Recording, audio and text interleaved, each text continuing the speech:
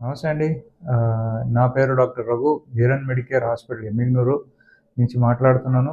ఈరోజు ఈరన్న అనే ఒక పేషెంట్ గురించి మాట్లాడదాము. ఈరన్న పేషెంట్‌కి 54 సంవత్సరాలు. ఆయన ఎమ్మిగనూరు నివాసినే. ఆయనకేమైందంటే ఇంతకుముందు ఎడమ వైపు మక్కి ఎముక, జాయింట్ ఎముక ఇరిగింది. తర్వాత ఆయన దానికి ఆరోగ్యశ్రీ కిందట మనం ఆపరేషన్ చేసినాం. ఇది జరిగి దగ్గర దగ్గర వచ్చి ఒక సంవత్సరం అవుతుంది. ఈసారి ఏమైందంటే కుడివైపు మక్కి ఎముక ఇరిగింది. కుడివైపు మక్కి ఎముక ఇరిగి మళ్ళీ ఆయనకి పార్కిన్సోనిజం డ్రగ్స్ వాడుతున్నాడు. అట్ ద సేమ్ టైమ్ ఎముకలు చాలా మెత్తగా అయిపోయినాయి. మనిషికి నడక అనేది లేకుండా ఆయన బెడ్ రెస్ట్‌లో ఉండడం. అత్యవసరమైన పనులు అంటే లెట్రిన్‌కి గాని, బాత్రూమ్ గాని పోవడం మాత్రమే ఆయన అంకితం అయిపోయినాడు. దాని నుంచి కింద పడడం, ఎముకలు మెత్తగా అవ్వడం, తర్వాత ఎముక ఇరగడం అనేది ఆయనకి దురదృష్టం.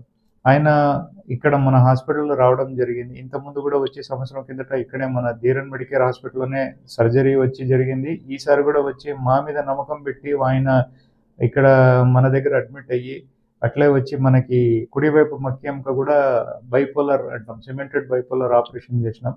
ఆ బైపోలార్ ఆపరేషన్ అయినాక పేషెంట్ వచ్చి సక్సెస్‌ఫుల్‌గా సర్జరీ అయింది. ఆయన ఈరోజు డిశ్చార్జ్ అవుతున్నారు. ఆయనకి కంప్లీట్‌గా ఎన్టీఆర్ వైద్య సేవలో ఆపరేషన్ అనేది చేయడం జరిగింది. ఛాలెంజెస్ వచ్చి మనకి చెప్పినట్టే పార్కిన్సోనిజం అనేది చాలా పాపం ఆయన ఇబ్బందికి గురి అయినాడు. దాని నుంచి మేము బయట తెచ్చినాము. అంటే సర్జరీ వరకు చేసినాము కానీ పార్కిన్సోనిజం అనేది ఆయన లైఫ్‌లో మందులు వాడాల్సొస్తది. ఇట్లాంటి ఫెసిలిటీస్ మనం ఎమ్మిగనూరులో ధీరన్ మెడికేర్ హాస్పిటల్‌లో మేము చేస్తున్నాము. ప్రజలందరూ దీన్ని వాడుకోవాలని విజ్ఞప్తి చెప్తూ సెలవు తీసుకుంటున్నా. Thank you.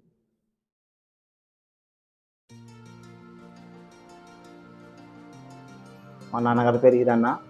గత కొంతకాలం ఒక 6 నెలల కింద మా నాన్న కింద పడినాడు. నడుము భాగం ఎడమ సైడ్ ఎముక విరగడం జరిగింది. అప్పుడు ఎక్కడికి వెళ్ళాలో తెలియక మన ఎమ్మిగనూరులోని డాక్టర్ రఘు సార్ హాస్పిటల్ ఆధ్వర్యంలో సంప్రదించాము.